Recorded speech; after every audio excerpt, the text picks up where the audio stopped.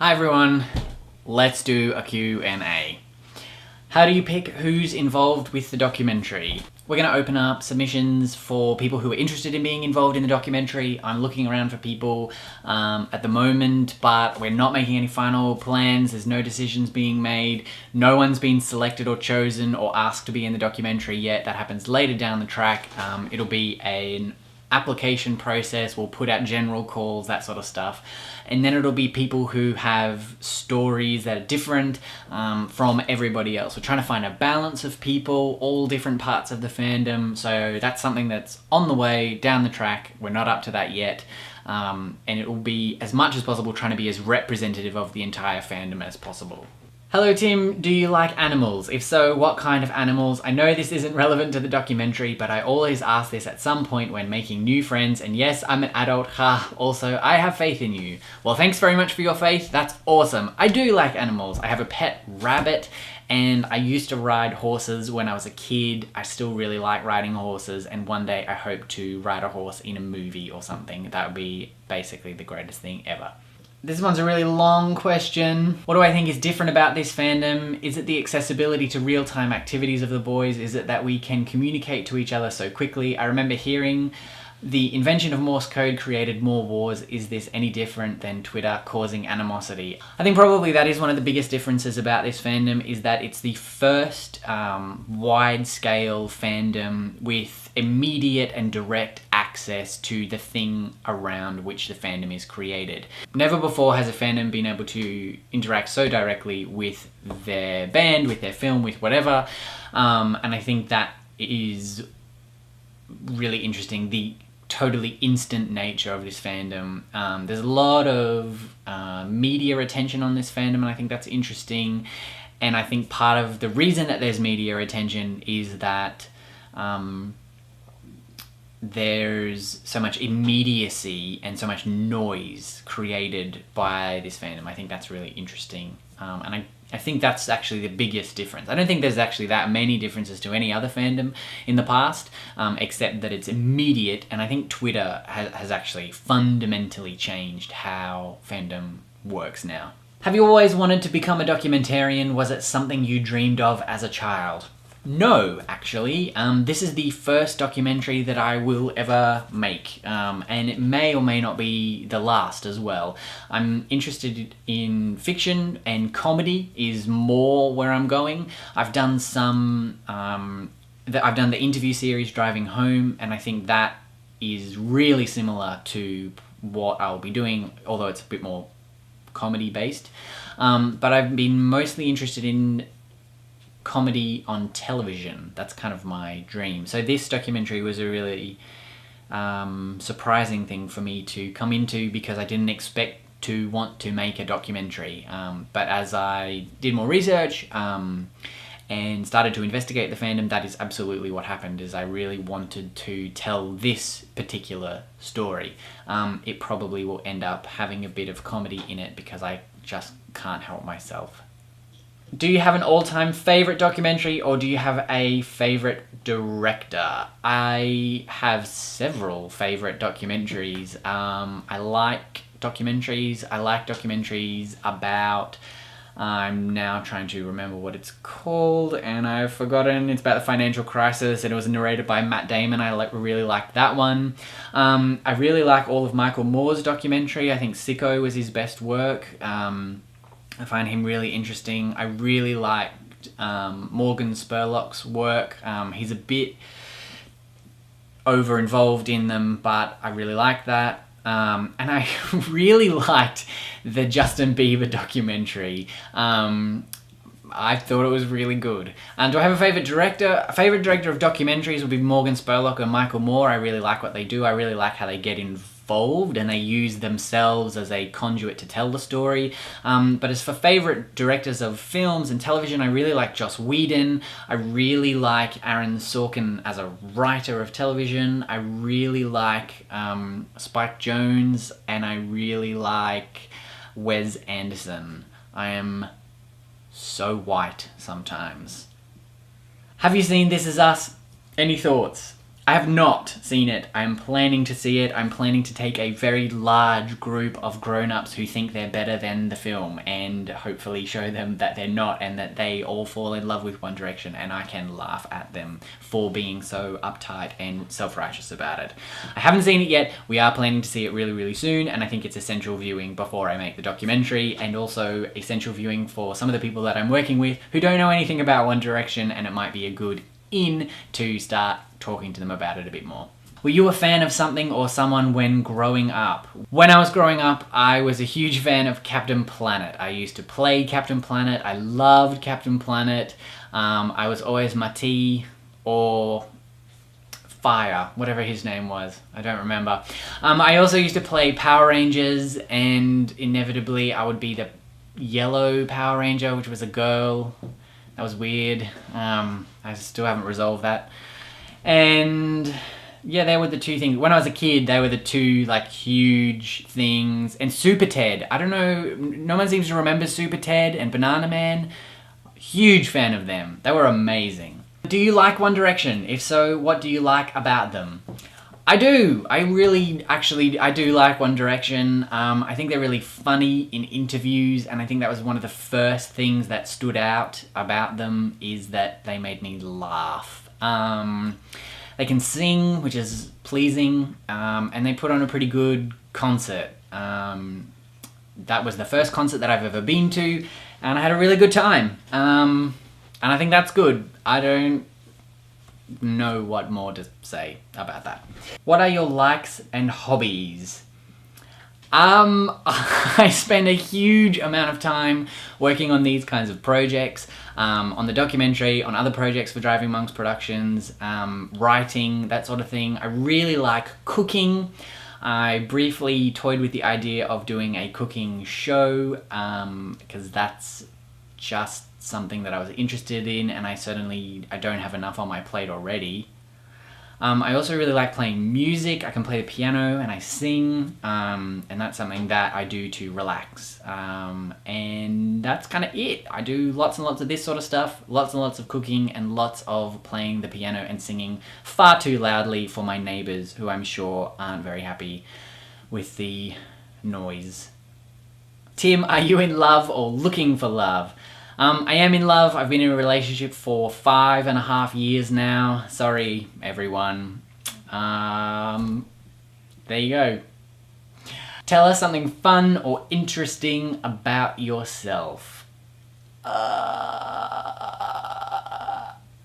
don't really know.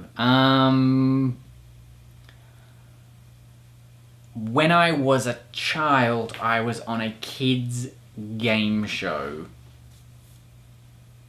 That's fun and interesting. I won too. I won that day's episode, and it was awesome.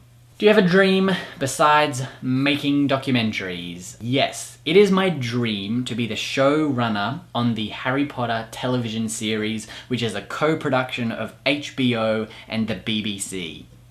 It's a specific dream, but that's really what I want to do. I want to make that TV show. 1 season for every year of Hogwarts, or every year of the book, or you know what I'm saying. Harry Potter TV series. If you're watching this and you're from Warner Brothers or you're J.K. Rowling, get in touch, because that would be sweet. You are getting so much better at blogging. That's not a question, but I really appreciate it. I'm putting in a huge amount of effort. Thanks very much. Who do you admire in general, and also who do you admire in filmmaking or documentary making? In general, I admire my brother. I've got 2 brothers and 2 sisters, and one of my brothers has been really inspirational to me and really supportive of me over the years, and I didn't realize that, because for a long time I thought that he didn't like me. And I think for a long time he might not have liked me because I wasn't particularly interested in playing cricket or football, and they were things that he was really interested in. But we have a mutual appreciation for music, and we get along really well now, and he's been a tremendous inspiration for me throughout my entire life. In filmmaking, I think I kind of went over who I really like in filmmaking, so if you skipped over that to get to your question, rewind the video. Are you into fantasy or more a realist? I think because a lot of the time I'm working in fiction and telling fictional stories, writing fictional events and that sort of thing, I tend to enjoy more realistic things for my entertainment, because my life is fictional, so my entertainment needs to be non-fictional. I really like documentaries and I really like history shows and that sort of stuff. But I also love fantasy. I really like Harry Potter and Lord of the Rings and that sort of stuff, and I think it's because I wish that I'd made those myself. What is your favourite part of the documentary process, and do you get attached to certain subjects or characters? I don't really know what my favourite part of the documentary process will be, because this is my first documentary, but I suspect that my favourite part of the process will be meeting and talking to people. I really like doing that. I really like talking to people, and I really like finding out interesting stories about them. So I suspect that will be my favourite part of the process, but I don't know. It might be travelling around. I'll have to wait and see. I was wondering, have you ever been part of a fandom, or have you ever shipped anyone, or have you ever felt very strongly about other people as to feel hooked? I was a huge fan of Lord of the Rings, and I'm still a fan of Harry Potter. They were awesome. What kind of music do you listen to? Are you a fan of anything? I listen to lots and lots and lots of music. I really enjoy collecting music. It's probably the only thing that I collect other than TV shows. I like to watch TV a lot. But I listen to lots of different music. At the moment I'm listening to Lorde on endless repeat. I'm listening to the 1975. I really like Sufjan Stevens. I like Joanna Newsom, and I also am listening to the One Direction album fairly frequently. And what else? Rufus Wainwright. I love Anthony and the Johnsons. I really like. Lots of different stuff from all over. Tim, why do you think the media has taken such an aggressive approach against 1D fans? I don't see it against other fandoms. I don't either, actually. I don't see such an aggressive approach, and I have a feeling that it's because of the immediate and noisy nature of the One Direction fandom. They're so loud, really. So they're very active on Twitter. Twitter is such a public medium, whereas former fandoms that existed online existed quietly and within themselves, and One Direction's kind of a fandom is a bit more outwardly facing, I guess.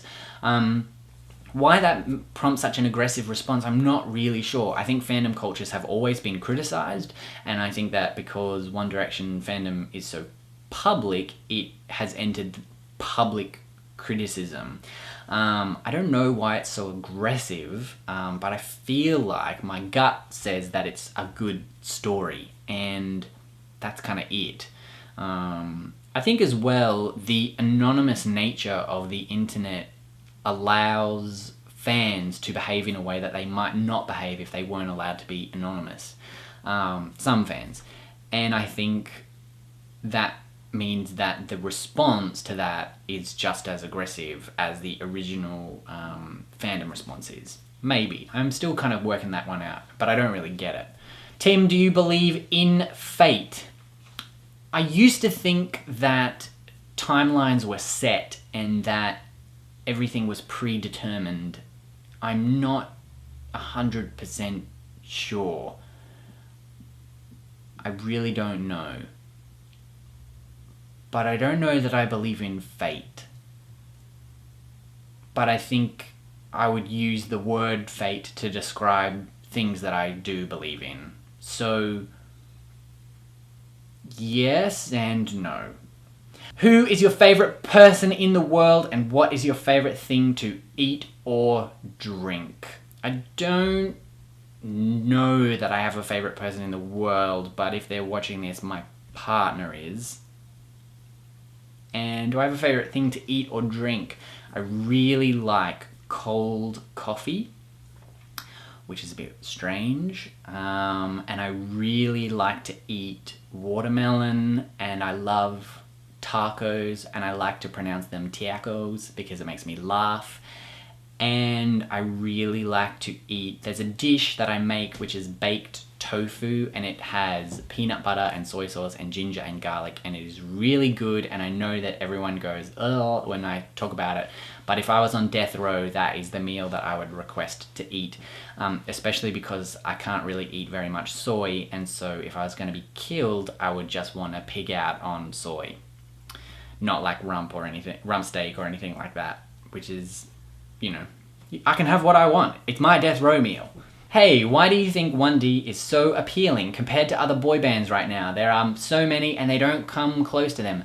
They don't, and I actually don't really get it. I genuinely think the narrative of One Direction, the story that surrounds them, is interesting. I think it's an interesting marketing idea that we're just 5 normal guys living our dream. That's really aspirational, and I think that's really appealing to people who are interested in pop culture, who are interested in becoming famous, which is a lot of people. So I think in that sense, that part of the narrative is good. And then I also think that they're just really good at being that narrative. 5 normal guys living their dream. That's really exciting. They're very good at that. I think they're appealing people. They're very charming. They're very funny, and they are talented. And I think they are all things that have combined to be really appealing to a fan base. I know that a lot of people have lots of different reasons for liking them,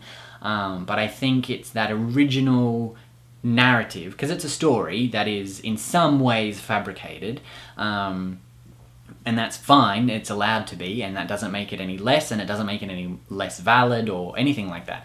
But I think as far as a narrative goes surrounding the creation of this group, it's a really good one, and it's a very appealing one. That's the end of the questions. Thanks so much for submitting them.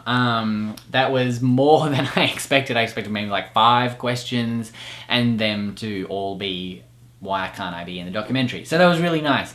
I'll probably do some more of these over time because they're fun and I like talking about myself because I have a really big ego. Bye!